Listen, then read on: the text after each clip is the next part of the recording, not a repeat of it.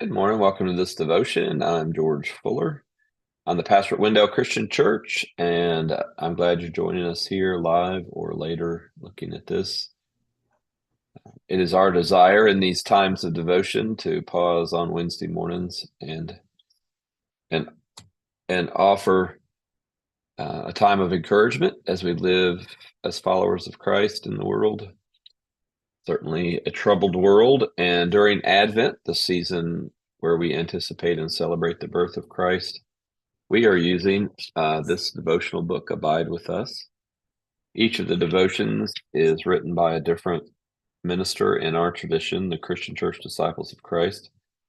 And so it's not only a time to be reminded of the incarnation, which is our Christian word for God becoming part of our world in Jesus Christ and showing us the true nature of God, because there are certainly many past and even in our own minds, current versions of God that leave us fearful and feeling disconnected from God.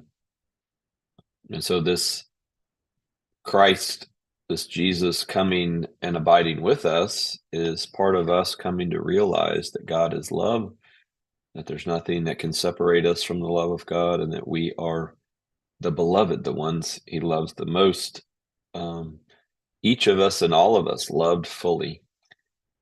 Today's devotion is entitled All Means All, and the passage is Isaiah chapter 64. Yet you, Lord, are our Father. We are the clay, you are the potter.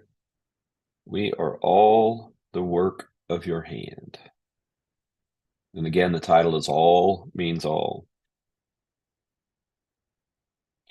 He goes, his name is Bill Robbie, is the minister that wrote it. And he goes back and remembers what scientists, quantum physicists, and astronomers are looking out into space and looking back in time through the expansion of the universe. And it can get big and confusing, but we've come to call that moment of creation of the universe that we know as the Big Bang.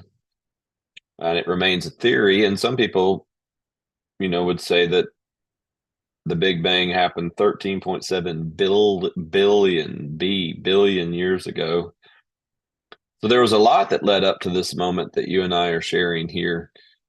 And whether you believe the universe is that old, older, or younger, whether you believe the theory of the Big Bang or another version that you've been taught and come to understand, the scriptures tell us what we need to know. And that is that everything we are, the world and the universe in which we live, is being born out of, is being held in, embraced in the love of God, and is moving towards where the love of God will take us. And he talks about the more momentous advent, and advent is arrival, the advent of the potter's love made manifest in the Christ child. There's a passage in Galatians where Paul talks about when the time was right, Jesus came.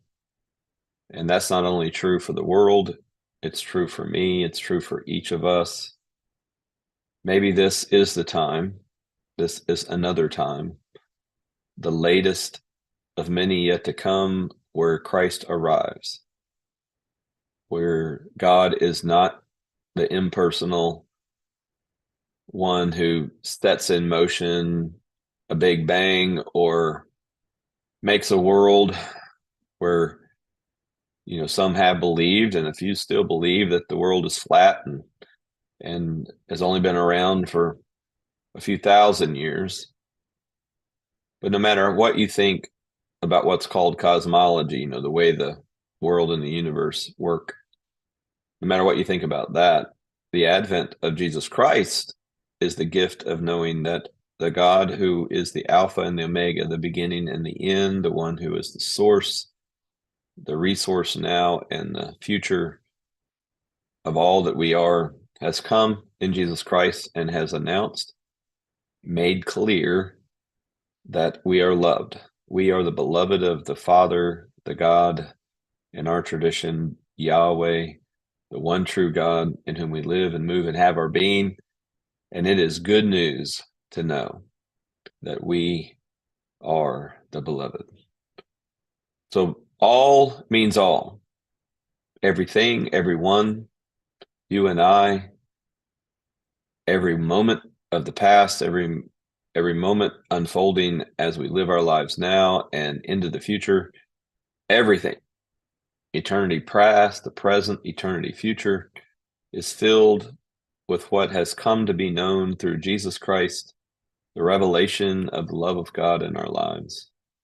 So if you feel separate from God, keep learning that it's a feeling, not a fact. If you feel guilt and shame, it was created by others who speak into your heart and mind, because God has accomplished and announced through Christ's life, death, and resurrection the reality that there is no guilt and shame left when we see God as God is through the revelation of Jesus Christ. It is nice to know that we can keep working on our guilt and shame.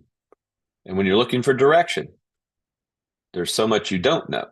In fact, Jesus said on the cross, Father, forgive them, they don't know what they're doing. And we have been discovering that we thought we were doing good and we didn't know what we were doing. We thought we could stop something and we found out we couldn't. We thought we could make something happen and we couldn't. There's so much we don't know.